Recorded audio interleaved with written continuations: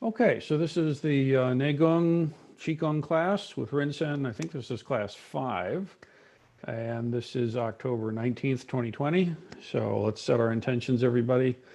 So by our time spent together here, may we deepen our awareness of the body, may we awaken to our bodies, and may that bring vibrancy, longevity, and health, as well as strength and vigor to our practice. May it be so.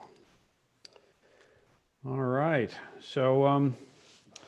so this is class 5, and I'm going to take a little bit of a different direction to what we've been doing so far. We're going to keep moving along the same track with the same posture and study, but we're going to add a different element today.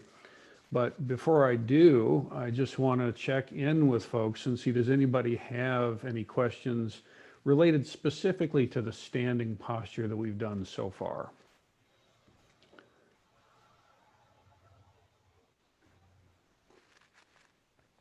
Okay, all right, so I'll take that as a no. So I would like to introduce a teaching. Now that we've got the basic physical structure fairly well together, at least together enough, we've talked at some length about the standing posture and how to align ourselves. And I'd like you to make some notes if you're interested in such things. There, Master Yang in his text, The Root of Chinese Qigong, which is a fantastic resource. If you don't have it and want something to read, this would be something worth reading. It's called The Root of Chinese Qigong. It's a fantastic resource. Don't think it to be an easy read, but that's not what we're doing here anyway, all right? So The Root of Chinese Qigong, and by Dr. Yang Ming. Fantastic author. He's got tons and tons of books out there, but that's the one that I would hold up.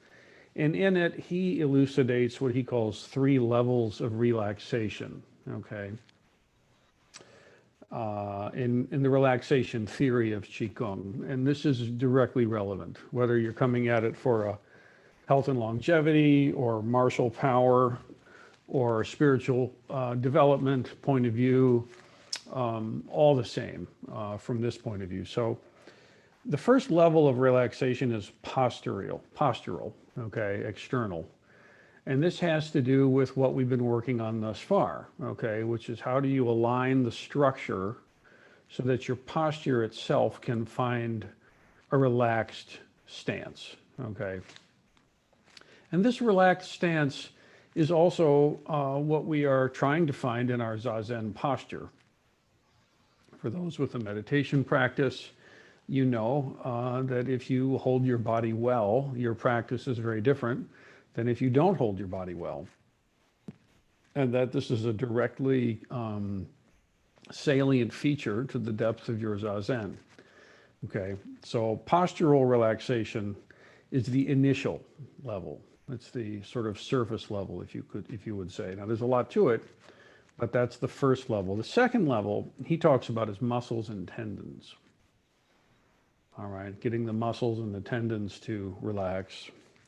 And then the third level, he elucidates, is the internal organs and the marrow of the bones.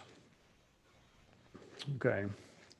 Now, these 3 levels are not immutable. They're just, it's a good gesture for us to kind of think about these different levels of relaxation. The first one is having your body aligned, as we talked about. But then that's not enough, okay? You've got to go internal more and feel deeper and deeper into the structure and actually get the different aspects of the structure to relax, okay? So we're not trying to build the body in like a bodybuilder thing or something like that. What we're actually trying to do is get the body to be aligned and relaxed, all right? And when we relax the body, then the qi can circulate healthfully and in a way that serves us, okay? If we're not relaxed, then there's a tightness or a tautness, a tension, and that makes a stagnation in the qi, all right? And when the qi is stagnated, this leads to insensitivity and dullness, and then it leads to discomfort, which leads to pain, which leads to dysfunction, and to death. There's a trajectory there, okay? So What we're looking to do is to make sure that the qi can circulate correctly, not by means of forcing it to do so, but actually by having correct alignment and then bringing guided relaxation into the structure. And when we do that, when we use the mind in a way to create relaxation in the body, then the qi circulates very naturally, okay, and of its own accord. It'll just go ahead and do it. So we've talked so far about the various aspects of the standing posture, but now I'd like to talk about this next level of relaxation, okay? Now in the West, many people have encountered what they would call a body inventory or a body scan or this kind of thing. It happens in every sort of pedestrian yoga class or, you know, it's a relatively common thing to do on a very surface level. Most people, when they do a body scan, they actually can't feel their body. So their scan is kind of pretty limited, you know what I mean? Most people don't have any sense of their internal structure at all, really. So when they scan, it's more or less not any deeper than the skin or the muscles, maybe if there's a particular ache or pain. But what we find in the tradition is that when you do a specific practice that I'll show you today, you actually hold your mind, you bring your awareness to certain points in the body and stay there, concentrate there and open it and release it, okay? And the practice that I'm going to share with you today, I call grounding, okay? Grounding, kind of like a lightning rod, you know, the lightning hits it and it gets grounded. So you could call it rooting, R-O-O-T, like rooting. But I find the word rooting a hard one to say, so I prefer grounding. But it's the same kind of function. When you sit in Zazen, what you're doing is you're centering. Okay, everything is coming into the one point and it's just being centered there. Everything's coming in, okay? Up is coming, you know, down is coming up is coming down. Everything is kind of centering into the mudra and radiates from that. So it's like a centering and a radiating. You don't have to think about that per se, but that's what's going on. When we do grounding, it's a different thing. This is actually taking the energy, now that we have the structure aligned, and actually taking everything down the structure and sending it into the earth. So it's a specific practice, and I'm going to call it grounding, okay? Now the way this works is you begin the standing posture in the way that we've been talking about and that you should be somewhat accustomed to by now. And if you don't know what that is, I refer you to the first 4 classes. Just go and watch them, okay? I don't really want to spend a whole bunch of time reviewing that right now, but you get yourself in the standing posture that's aligned. You get yourself kind of there where gravity is connecting in the way you want it to. And then we're going to do a very specific version of what many people think of as a body scan, but it's much deeper than that. So to do this, let's just go ahead and get ourselves in our standing posture. And I'll guide us through it a little bit here. And I'm hoping people can see me still. Let's see here. Take off my slippers. Okay. Okay, so I guess just very briefly, just to get us all kind of connected here, make sure that you put your feet so that they're parallel, that they're just underneath your hips. Okay, remember, open your feet so that you draw the earth up. Open the ankles. Let the knees be soft. Rock your weight back and forward so that you're right in the center of the foot. And once there, tilt the pelvis under, so your tush tucks under and the tailbone steers the weight down to the center of the foot additionally. Then you breathe into the base of the spine, the lower vertebrae, and sort of move up the spine, opening until you come to the mid-back, between the shoulder blades. the lower part of the neck, the middle neck, up into the skull, and the top of the skull at the Baihui point. And then from there, bring your awareness to the shoulder's nest and open the claw there. The throat notch. Actually, do the throat notch first. Open that cavity and then open the shoulder's nest. And then open in the mid of the torso. And then the claw here in the fold. And the knees and elbows. And again, the feet and the hands. So we've got the posture aligned and all the claw is open. Now, with that in place, what I want you to do is take your hands so that your middle fingers and put them up above your head, kind of like ballerina or something. And where you have your two middle fingers touch, or whichever your longest fingers are, for most people it's their middle fingers, not always, but generally, you want to imagine that point in the air, okay? So just kind of close your eyes here for a second. And this is not the posture, but this is a way to get into the feeling of it. I want you to close your eyes and be aware of that point above your head where your fingers are touching. So maintain your posture, but put your mind up into that exact point where your fingers are touching each other. And just be aware of that point in space.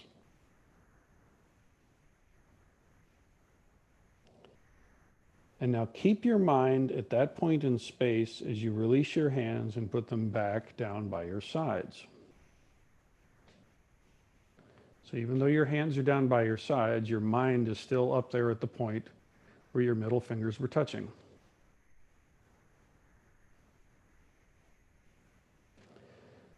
For most people, that's the furthest limit of the chi field which their body radiates.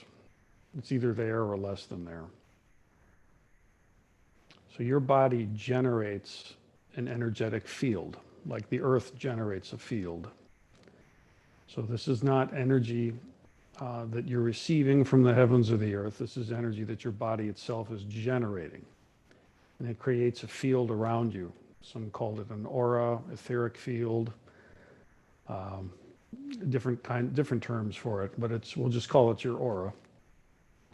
But it's the energy that your body generates and radiates. See? And what we're going to do is we're going to scan through it, starting at the very topmost point. And what you want to do, and again, this is with your eyes closed, you put your awareness to that point where your two fingers were and feel it. And then very, very gradually sink the point. So you want your awareness to sink lower, not by much at all. It's very, very gently descending. And you have to just keep your awareness at that point in space, but then let that point in space get closer and closer to the top of your skull.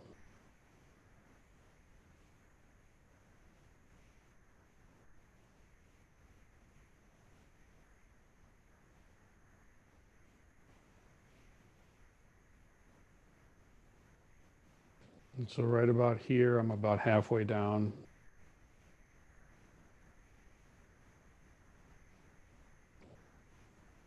I'm about a quarter away from my skull. And then my mind just landed on the top of my skull. Okay? All right. So let's talk about it. Let's have a little conversation now.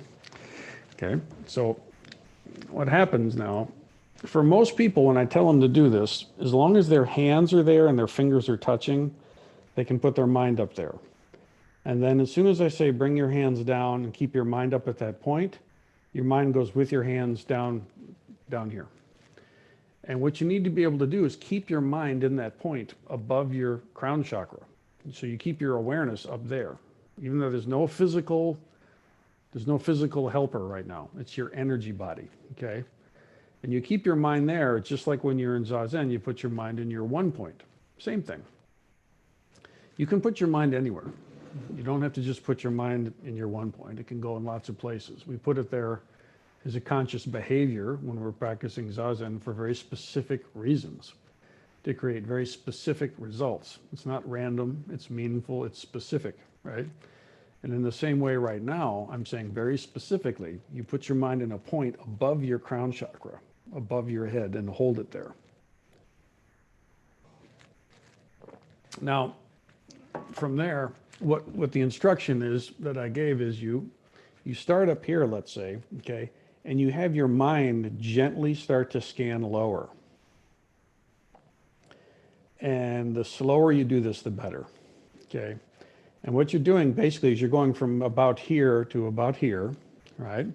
And as you do this, your aura or your etheric field or whatever you want to call it here, your energetic expression of your human body, it's around you, kind of like an egg, okay? Something like this around your body. Now, some people, honestly, their auras are extremely weak. You know, it might not go much above this point, to be honest.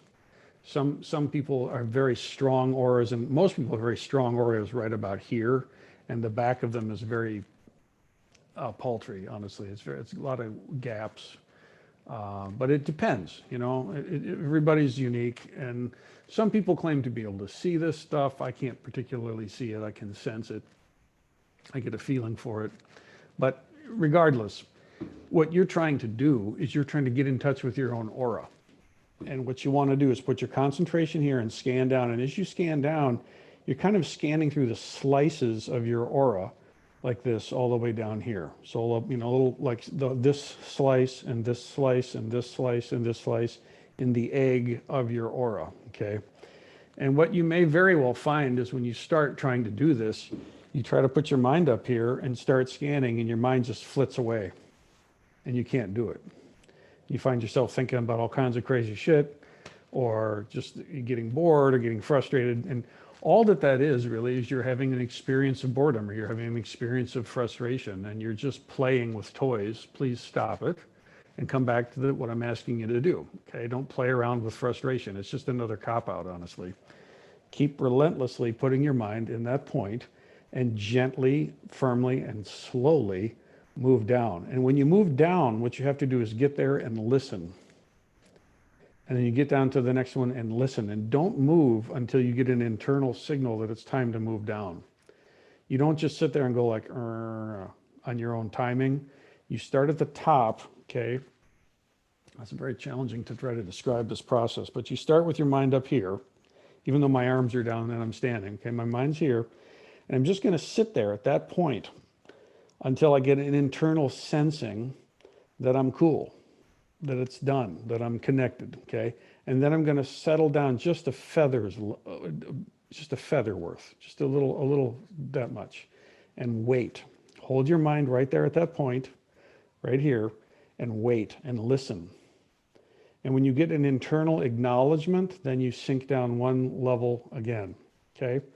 And don't worry about precisely how low, just a little gradation at a time. It's kind of like you take an elevator down and you check out that floor of the hotel, and that's okay, all clear. Then you get on the elevator, you go down to the next floor, and you check that one out, okay? And then you wait and you wait and you wait, and eventually you get down to your skull. And what you'll find is that what I'm asking you to do is to scan your etheric field, okay? I'm asking you to scan your energy body. And so what happens is, as you do this, when people hear about a body scan, they just think about their skin bag, as the limit of it. And that's fine. I mean, that's fine. It's just not going to do what this will do for you, though. Your energetic body, your energetic field can have malfunction. Your energetic field can have a lack of circulation. Your energy body can have stagnation, okay? Your energy body can also be circulating brilliantly and powerfully, okay? And if your energy, your etheric body, your guardian chi is radiating strongly, then this is the most important benefit for your immune system, okay? When your etheric field is strong, when the energy body around you is vibrant and strong all the way around, this is one of the main keys to your immune system health. It's particularly relevant in the middle of the stupid pandemic we're all in, but it's relevant generally, okay? And your energetic body, your ki field, interacts with other people's energetic bodies and ki fields, okay? Everybody has one, know it or not, like it or not. You're radiating yourself all the time, and there ain't nothing you can do about that, okay? You're communicating yourself, like it or not. And when you meet somebody or you're in the presence of somebody, without their saying a word, their etheric field may be very well bumping up into your etheric field. Your energy body is colliding with their energy body, okay? And so it's very important that your energy body is strong and resilient and circulating well. There are some people that are invaders. They like to have their energy kind of get in your space and kind of like mess with you. You know what I'm saying? There are some people that are energetic siphoners. They leech. Their energy body tries to pull energy away from you. Some people call them energetic vampire. And you know, the person may have no sense that this is their reality. They might actually be quite clueless to the fact that this is how their energy body circulates. It's not like they're necessarily intending it, or they're inherently an evil person or something like this. But there are energetic patterns, okay, that play out. And so it's absolutely critical that you have a healthy, strong, energetic field. Does this make sense to everybody? So the first point is really what no one talks about, and that's the space between your crown chakra and the end of your own projection of energy. It should be the strongest here, coming out, and then it radiates down. Some of the moving forms of Qigong that I'll teach later basically physicalize this in a way that you can see. The 8 brocade Qigong set is, you know, is an excellent flowing kind of Qigong set. But what I find is a lot of people do those kinds of movements and they just think about muscles, and they think about stretching, and it's like there's so much more going on than that, or there can be anyway. I'd say it like that. So anyway, you put your mind up at this point. You listen and wait until you feel like you can actually put your mind there. If you can't put your mind up there, don't do anything else. Get standing, get your posture right, and then set your mind in that place and just stay there until you can knowingly have your mind up in that space and just concentrate your mind there. And when you actually feel it, you'll feel some sense. And then you can move down a level. Now, when you move through your energetic field, your aura, your astral body, not your astral body, your aura, then you may find some place, once you've got a little bit of acclimation with this practice, you might find some places you can feel very strong, and suddenly you can't feel it anymore. There's like a gap. Or you might find some place where you come down here and suddenly, every time you get to a certain distance from your crown chakra, your mind just goes away someplace. You just can't, it almost seems like you can't help it. You're fine up here, and then whoop, it goes away, right? Or sometimes you come here and then it feels like suddenly you can't get any lower. There's a barrier up there and there's nothing, you can't get through it. It won't let you come down, okay? If you're sensitive to it, you'll probably encounter all manner of experience when you do this. Unique to your own causes and conditions at this time, and your own karma at this time, okay? So what you want to do is, as you're scanning through this space between this furthest point of your aura and your crown chakra, what you're seeking to do is to scan through and increase the circulation. The way Qi works is you put your mind in a point, okay? Put your mind in a point, and then the Qi starts to coalesce there. It's like when you put your mind in a point, it starts to have gravitational weight, and Qi is drawn to it, okay? So I say this all the time when I'm talking about beginning instruction in Zazen, is that you need to develop a one point that's got a stronger gravitational weight than every ridiculous thought that comes careening through your consciousness, okay? When those thoughts have more gravitational weight than your own center, you're screwed, You're just helplessly dragged along by whatever random thought comes through. Okay, we all know what that feels like, and it's a drag. Okay, literally, you're dragged by those thoughts because they have more weight than your center. Okay, so the Zen practitioner, first thing to do really is get centered. Get your one point to have more gravitational weight than these random stupid ass thoughts. But that's not all there is to do. Okay, what you want to do here is you put your mind in this point now. You hold it there. The chi will start to coalesce there, okay, and it'll start to draw in. And when it's all there, you'll have a sense of completion or connection. It's an intuitive feeling. You don't have anybody whisper, okay, Johnny, now you're connected. It doesn't work like that. You just have some feeling sense that you're connected, and you just have to listen for it and trust it. And then what you do is you take that chi, okay, and you consciously move your mind incrementally down. And what happens is the chi follows you, okay? And it's kind of like, well, like if it's raining on the window, on the windshield of the car, and it's all little raindrops there, and you go and trace your finger, and then the raindrops connect and flow. You know what I'm saying? It's like this. The key, if you put your mind in this point and hold it there, the key will accumulate there. And then when you move your mind down, the chi will start to flow. And the chi will start to flow along the line that you cultivate with the mind, okay? So what you're doing here is you're creating a pathway of healthy circulation in your etheric field by putting your mind in that point and very, very slowly and very deliberately keeping your mind in that place and drawing it down. Now, why I'm doing this, okay? Because grounding, okay, rooting, becoming rooted, becoming grounded. This is taking everything and sending it down into the earth, okay? And so what we want to do is start actually from this top point down to the base of to the top of the skull. And then what we're going to do is we're going to keep going, and I'll show the process as we continue on. But this much of it, let's have some conversation. I want to make sure that this is actually clear to everybody before I go on and do anything else, or if I even should. So let's have some conversation around it, guys.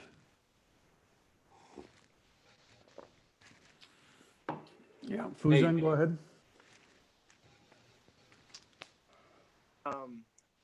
So I know that like with practice, I'll get used to this feeling for sure. But when I was doing it for the first time, it was impossible for me to like feel up here without like, I had to like visualize physically connecting. Like I just had the feeling of my hands coming down, and that's the only way I could feel that. Yeah, I know what you mean. I mean, the thing is, you got to make a distinction. Okay, when you do this physically, you can feel your skin touching your skin up there, right? Put your mind in that point. Your mind being in that point does not depend on your skin touching your skin, okay? Keep your mind there and release. Just say an inch, okay? So there's an inch between my fingers, but my mind is still in that space between them. And you have to feel it, not visualize it. If you visualize it, you're playing around with images in your head.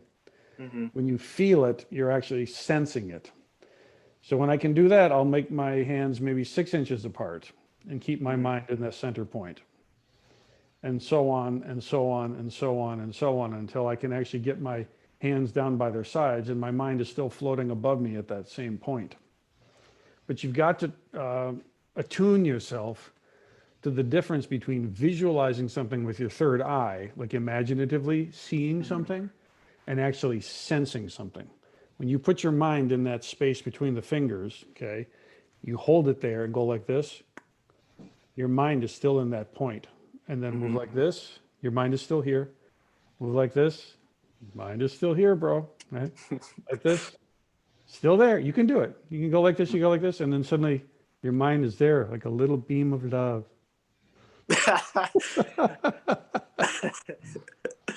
Okay. I could feel that. I could feel it was like my hands became reference points. That's all. Okay. Got it. Yeah. Thank you. Yeah, absolutely. You know, Aikido we have the benefit of, being thrown across the room with this, so I know it's real. I can Mm-hmm. take that dot and I can move it. I can run you through with it, and I can move it around the room and do all kinds of cool shit with it, right? Mm-hmm. But now we're just trying to get in touch with it and then use it for health and longevity as opposed to throwing people around the room. Right. Thanks. Okay. I saw some other hands go up. Ankin, was it you or Yeah. please? I think as my hands came down, it kind of makes the top of my head warm and tingly. Mm-hmm. When we tried it. You mean when you're trying to keep your mind up here at the tippy top? Well, no, as my hands come down, I don't know. I was probably like just a one-off or whatever. Well, sometimes what happens is your mind is where your fingers are, and so as you go down, your mind is actually scanning here. Mm-hmm. And you don't want to do that. What I want you to do, I mean, you can do that. It's not like a bad thing, but I want you to put your mind up here and keep your mind there even as your hands release. Right. Mm-hmm. If you're at the top of your skull gets tingly, it's because you're putting your mind there. Okay. The way this works is you put your mind someplace, the key pools, and then lastly, the body moves. Okay. Now up here, there's no physical body. Okay. Here, if I put my mind up here, this will start to get warm. Okay. If you put your mind in your hara, it'll start to get warm. If you put your mind in your hand, it'll start to generate heat. Okay. The chi circulates because the mind is drawing it there, and then the body starts to respond. Circulation, the blood, all of this stuff starts to move and maneuver. Yeah, I think, and it's interesting what you were talking about, people having it. I mean, I remember when I went to my beginner's workshop, it was like my interaction with the teacher was like very short. It was like, hello, right? But I just had this feeling of like, you know, and it's that focus, I think, that energy. What Focus. beginner's workshop was that? That was it in Rochester. Oh, okay. Not me, I hope. Not you, no.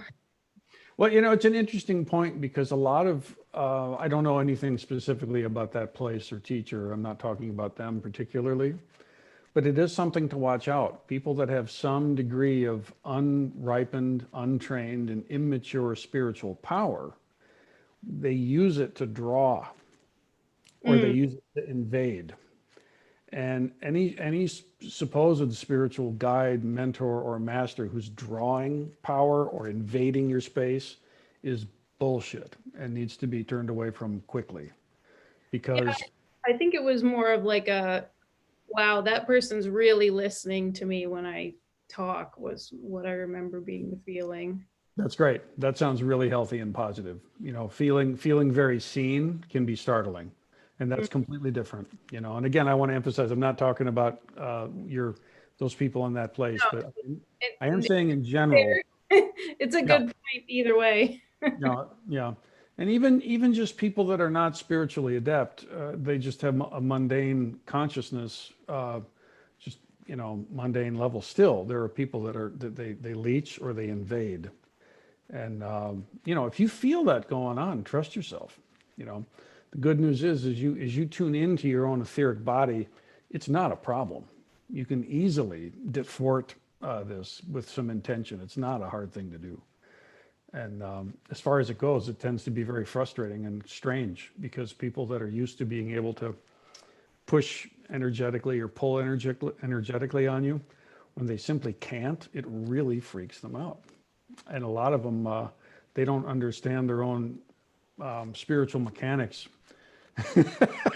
We're off on a little bit of a tangent here, but I've noticed this dynamic more than a few times. But I will say this is a general tendency. Anybody who has got some kind of spiritual depth of a concentrated mind, it increases what they are. And if they haven't been trained under a real master and they're not really adept, it's very easy to misuse this with good intention, let alone if you have kind of screwed up intentions. Okay. Kaishin, yeah? I didn't think I was particularly familiar with the idea of picking a point that was outside of the body. Mhm. But does this does this map for those people who have sat in the position of monitor and they've had to kind of hold that awareness of the entire space? Is that similar to what we're doing when we're placing a point outside? Yeah, it's similar, but it's not exactly the same. What I'm doing right now is I'm giving you a granular point and focusing on that point with your mind. When you're in a monitor position in the Zendo, you have to have an open field awareness, which is kind of like this, the whole snow globe is shaking and all the little particles are in it and your awareness holds everything.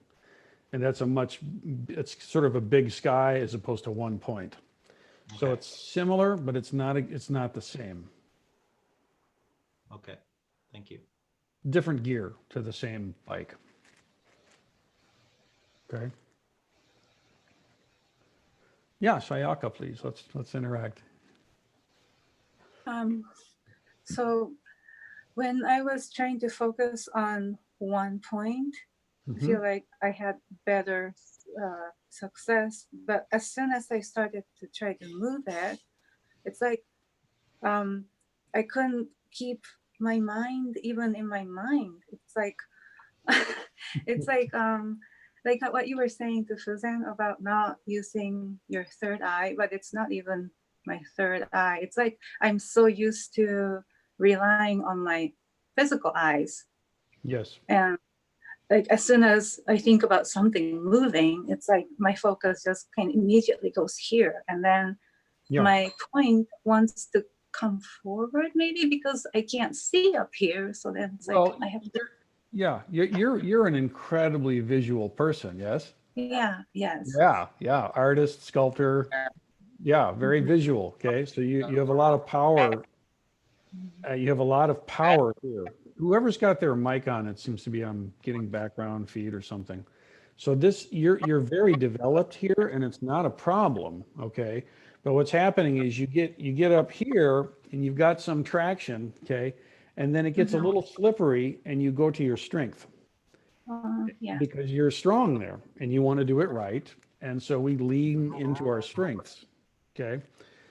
So no problem. Just notice that, see it, acknowledge it, let it go, and then bring your mind back up to this point and just stay there. I mean, honestly, if you took a week and just put your mind up here and just felt it without trying to move it, and you were able to really do that, that could be massive progress. Okay. Now, the good news is that ultimately, when you're more attuned to this, you can have your mind in that point and still be very consciously here. It's not really an either or thing, okay? Like if you're an athlete and you develop your cardiovascular power, it doesn't make you physically weaker, right? Your cardiovascular power and your healthy BMI index and your blood sugar levels and your muscle mass, all these work together, okay? So it's not like you only have one of these systems online at a time, right? When you train, however, you have to choose one and develop it. And so this is probably something probably nobody here or maybe only a few have ever considered. So it's new and it's different. And as soon as it gets weird, people go into their strength or they go into what's known. So, distraction or what have you. So it's not that weird. I mean, what I used to do is go into sound. I'd get up here, I'd get lost, and I'd start hearing music in my head. Because that's what it's basically, my mind was very conditioned to do that. Yeah, So, I'm definitely conditioned. Yeah. So it's not a problem. It's not bad. Just see it, acknowledge it, let it go, and put your mind back in this point above your crown chakra. Okay, thank you. Shokai, yeah, please. So when you're talking about chi and bumping up against each other and emotional vampires, you're talking proximity too. Is that correct? Well, there are levels to these things. And, the most base level is physical proximity. Yes. So when you're in the room, you're in the office, back when you could be in the office and someone walks in, back when people could walk in, you actually, your energetic fields collide. It's like gravitational masses pushing or pulling on each other. Or, if you're at the shop and you're walking around trying to, get your tomatoes and lettuce, there's the other shoppers trying to get their tomatoes and lettuce, and you're kind of in the same space. And you can, everyone's energetic bodies are interacting all the time, whether we know it or not. So that thing when you get a feeling about somebody, sometimes it's just pure random noise, but the more I practice, the less it's noise and the more it's signal. But it's not always proximity. There can be somebody out there in the world thinking about you and thinking about, how horrible you are, let's say. I'll use myself. I'm a better example than you. Thinking about how horrible I am, okay? And so somebody's out there thinking, oh, that son of a bitch. Oh, my God, that bastard. I can't, okay? And when they do that, it sends energy, okay? Whether they know it or not, or intend it or not, the fact is that we're all dramatically interrelated in ways that we barely understand. Most people barely understand. So it's possible, actually, for that energetic push or drain to happen without being in proximity. This is also possible. It's a more subtle. It's not exactly the same energy body that I'm talking about now. You've got your physical body, you've got your energy body, you've got an etheric body or an astral body, you could say, whatever, mind itself. When you have that experience in dreaming that you go off to realms and stuff, or some people relate to this as astral plane, or there are different terms for this stuff. But these are a kind of reality as well, okay? This is also a kind of real. And so it's part of your basic spiritual immune system, okay? To make sure that you're centered and your energy is radiant and strong. Now, most people simply doing Zazen will get you 80% of the way there, and it's really good. You know what I mean? If you really concentrate on that one point and you really sit, you know it. You're automatically, your energy just starts to radiate out and everything starts to ground in, and a lot of the goodies happen. What I'm trying to do here is get us that other percent further and take it as far as it can go. I don't know if that addresses what you were trying to ask me. Is that good enough, or is there more in there? I guess it's like I have known a couple of emotional vampires, and like you can sense them a mile away. It's not. I don't feel like our chi fields are connecting. But then I'm thinking, is that just am I just creating that? You know what I mean? Well, you're creating the whole thing, aren't you?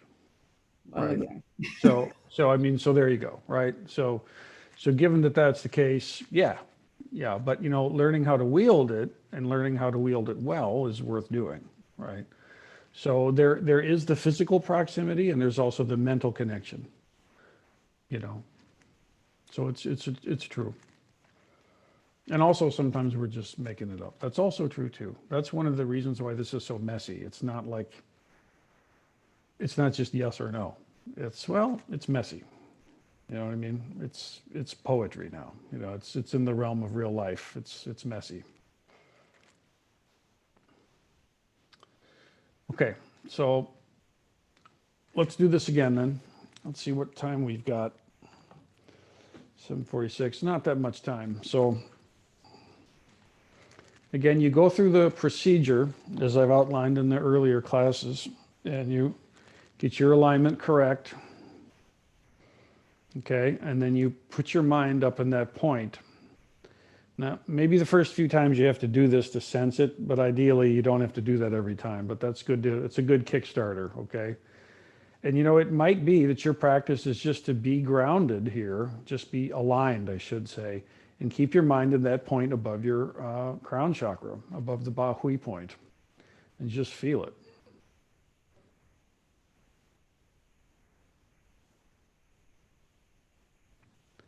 Now, as you scan down through your energetic body, if you feel any places of resistance or tension or any knots or difficulties, if you And you know, this can show up in all kinds of ways. You might be scanning through your etheric field up here and suddenly have a nauseous feeling or an ache in your leg, or your body can respond in many ways to this.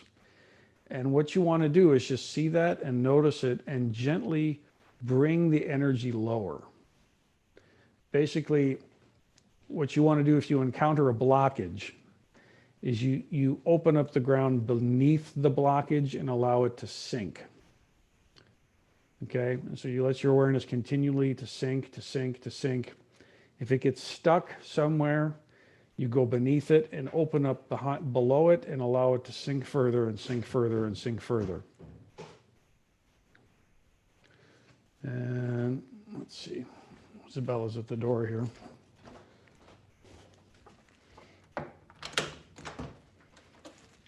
Hey, Booster.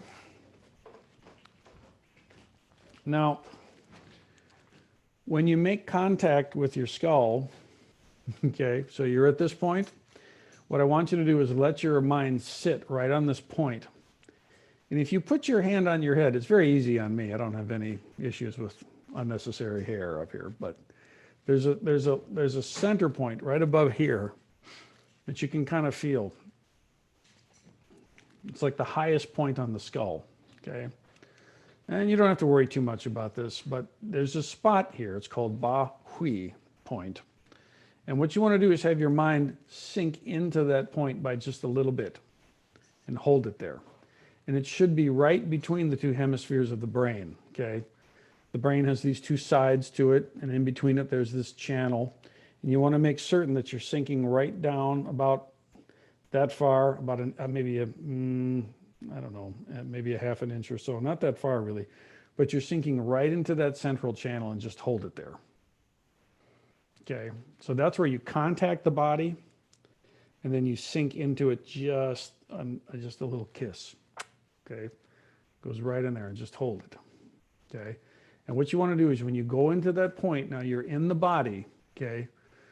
Then you put your mind in that point, and what you want to do is release that point. Okay? And again, this is a feeling. This is not a visualization. I'm not imagining it. You feel it. So at this point, you've scanned from the tip top all the way through the top of your etheric field. You've connected with the top of the skull, the skin, and you've sunk in by about a half inch into the top part of the brain in between the two hemispheres, and you just relax that point. And by relax that point, I mean something very specific. You imagine a knot, or you feel a knot, and the knot opens. Okay, it's always this. It's a knot that opens up and relaxes. Okay, it's a knot that opens. This is what you're creating. And even if there's no tension, you go on that point and you hold your mind there, and then you open it. And then you sink lower. Okay? You contact that knot, you open the knot, and then you sink lower. So that's the procedure. Now there's some specific points that I'll point out. How many of you ever seen the brass man? It's a standing statue from China, and it's got all the acupuncture points and meridians on the body. You can do a Google search for that on your own time. It's called the Brass Man from China, and it's a piece of important medical technology from back in the day.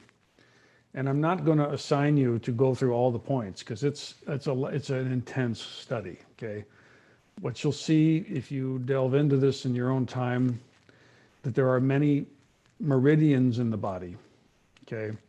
And what we're going to be doing is taking this capacity that we're cultivating between the top of your etheric field and just the center point of the Baihui.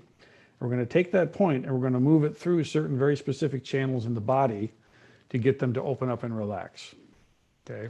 Does it make sense to everybody?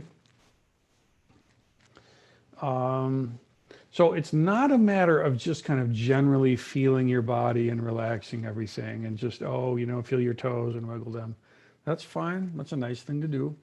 But this is a very meaningful, specific point that you're connecting to. You connect to this point and you feel it and you open it and sink it.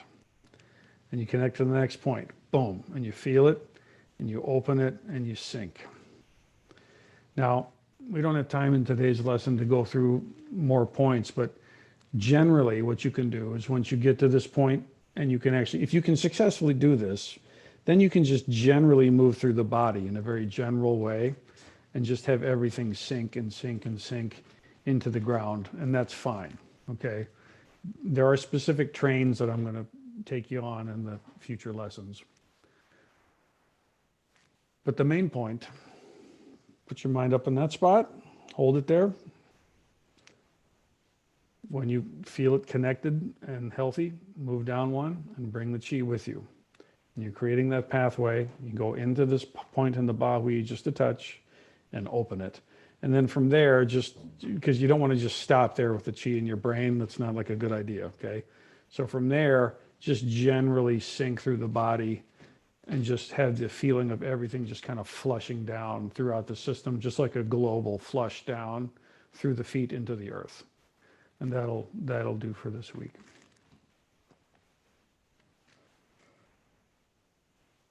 Okay, everybody got it? Any questions or what have you? Yeah, Nyojo. Yeah, so if we're doing this, I guess, as a meditation or whatever, if we're doing it right, how long should it take? I mean, should we be like 10 minutes or is that like, or are we going too slow if it's 10 minutes? Well, you know, when you're adept, you can do this really fast. You can do it like that. Right.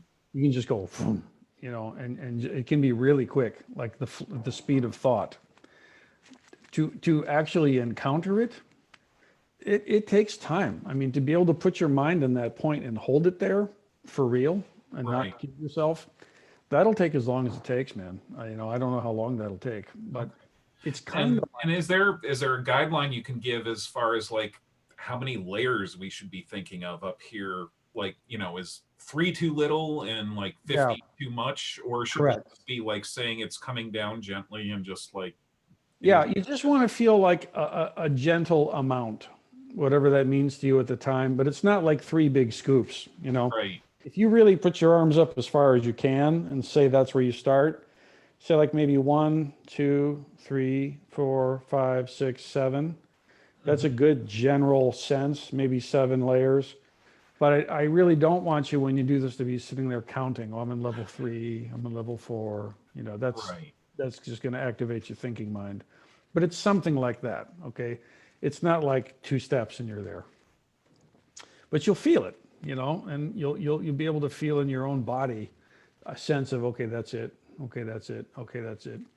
And it's kind of like in the beginning when people start practicing Zazen, it takes them a really long time to settle down. It just does, because you don't know what you're doing. You don't have any experience with it. You know what I mean? So you can sit there, and it might take a beginning practitioner quite a long time to even contact their one point and breathe once with full clarity. Now, someone who's adept, someone who's got training and experience in the lineage, they can just sit right down, bam, and they're already in a deep place. You know what I'm saying? They're in a deep place when they're getting ready to sit down. So how long does it take? Well, you know, it's like get experience with it. The way to think about it is every time you work on this, you're just gaining experience. That's what you're trying to do. You're just trying to get some experience. And that way you can't lose, you know? I hear you, yeah? Yeah, hi, I just had a quick question. When I start at the top at that point, similar to the other person that mentioned, as I bring that point of awareness down, what seems to happen for me is it wants to come forward, like in front, almost in front of my head. Yeah. So should I just keep it coming straight down a line through the crown of the top of my head? Yep, straight down. Yep. Okay. There are circuits and orbits of energy around the system, and you might find yourself connecting with some. I mean, there's an orbit that does this, but right now I don't want you playing with it. The idea is straight down, boom. Okay. This is the most basic thing to do, actually. It's to put your mind here. All right. It's the simplest way, believe it or not, to start working with connecting with your astral, or not your astral, I'm sorry, your energetic body. Just have your mind come from that point to this point, straight down, right to the Baihui point. Later, we'll talk about macrocosmic orbit and microcosmic orbit and the dew channel and the fire meridian. It's all kinds of fun stuff, but don't play with it yet. Sister, yeah? You mentioned as once that point is at your head, let it go down. Does it go straight down? Yep. Okay. It Down. goes right into the brain about, I don't know, about this much. Not far, but it goes below your skin. It clears the skull, and it sits under the skull by an nth. Okay. But it's very important that it's in between the hemispheres of the brain. You're not over on this side or over on that side. You're right in the middle. Okay. And it gets down there. So it's really like right about in here. Okay. And then that's where you contact that point and you just open it up and then let everything sink globally. Okay, so it's not going in that point at the top of the head and going continuously down your body. No, as a temporary and provisional guidance for now, okay, all we're doing is we're working on this point from the top of the arms to just inside the skull. Okay. But what I don't want people to do is to just get there and stop and leave the chi up there in the top of your skull. That's not healthy. So as a provisional teaching for now, okay, until you can reliably do this and feel it, once you get to this point, then you concentrate and open that spot inside the brain, and then you must let everything sink down through the body in a very global kind of way and just flush through the feet down into the earth. Boom. But Okay. that point is not doing it. No, you get to that point, you open it, and then everything flushes generally. Okay. Now later, I'm going to change that. Okay. In the next class, we're going to do different stuff. We're going to get to this point and open it, and then other cool things. Okay. But for now, get here and then just flush it down. That's very important. Okay. This stuff is usually not taught because it can go wrong. Okay. With correct guidance, it's not a problem. But frankly, many people don't know how to guide on this with their own experience. They just read stuff, and that can get dangerous. So one thing you do not want to do is pool chi in your brain and leave it stagnate there. Not good. Okay. So you bring the chi in that point, and then you flush everything down. No problem. Guaranteed no problem. Okay. Is that faster? Yeah, it's Is up that to you. faster? Up to you. Yeah. Yeah. You can just, you see lots of flowing movements that look like this. In fact, we'll probably do some later. You know what I mean? This kind of thing, very common. Something like that. Okay. So, what most people do, again, though, I hate to be someone who's just talking negative, but if you see a Qigong class and the instructor goes like this, the odds are that you're just going to like take your arms and go like this, and you're not getting what's going down. Okay. This is a physical manifestation of a very specific internal awareness that most people are not aware of. And just putting your hands like this is not going to do it. I'm sorry. I mean, it's a nice thing to do, but it's not going to do it. Okay.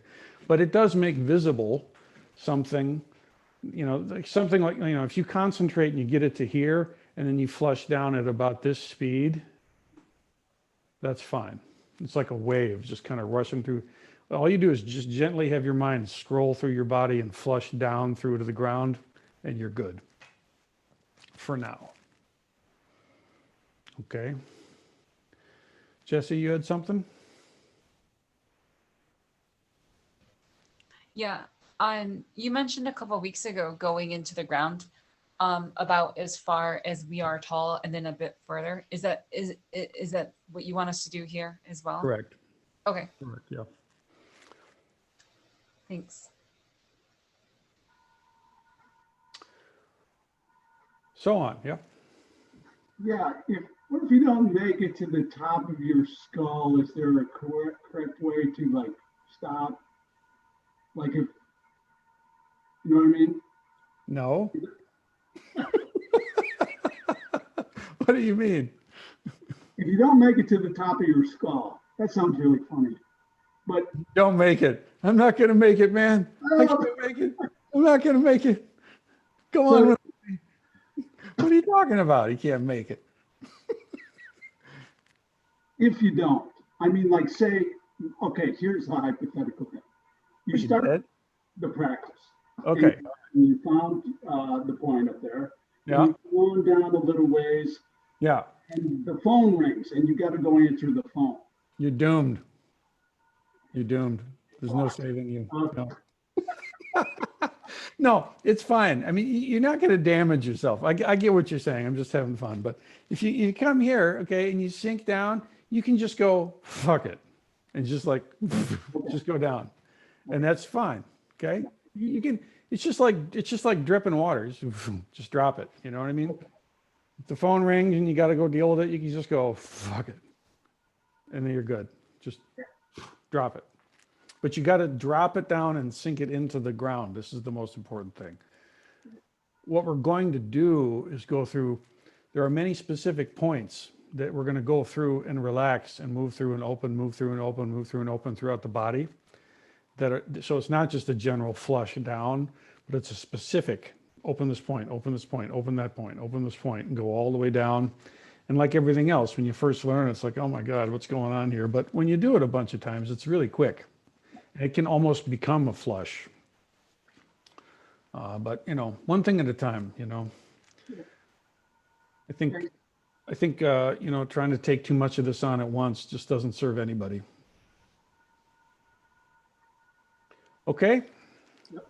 Thank you. Yoshiki, another one, yeah? I don't remember you talking about putting our energy below our feet into the ground. What was that little part that Jesse mentioned? Was that our bottom of our energy field? Yeah, I mean, basically, you know, way to think about it is, you know, you have this point up here, and then you've got a point that's about that far below you as well. Okay. And you want to sink everything down to that point below your feet. Okay, so keep it going through the bottoms of your feet. Okay. Into the earth. In other words, don't just, if you just stop at your feet, the chi will pool in your foot. And you don't want that. You don't, the whole point here is circulation, okay? So you want to start from above and flush through and all the way down into the earth. Okay, does it make sense? Mm-hmm. Mm-hmm. Okay. I just don't remember hearing that before, so I wanted to clarify. Yeah. Thanks. Okay, everybody, let's dedicate the merits. So, Kaishin, would you dedicate the merits for us?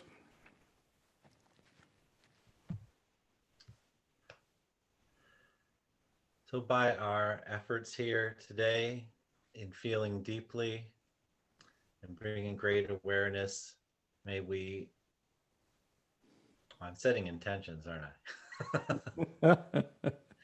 Dedicate the merits, brother. We dedicate this merit to all those who suffer in general, and also those who cannot feel deeply and wield awareness beneficially. We dedicate it to them. May it be so. May it be so. Very good. All right, everybody. Good job.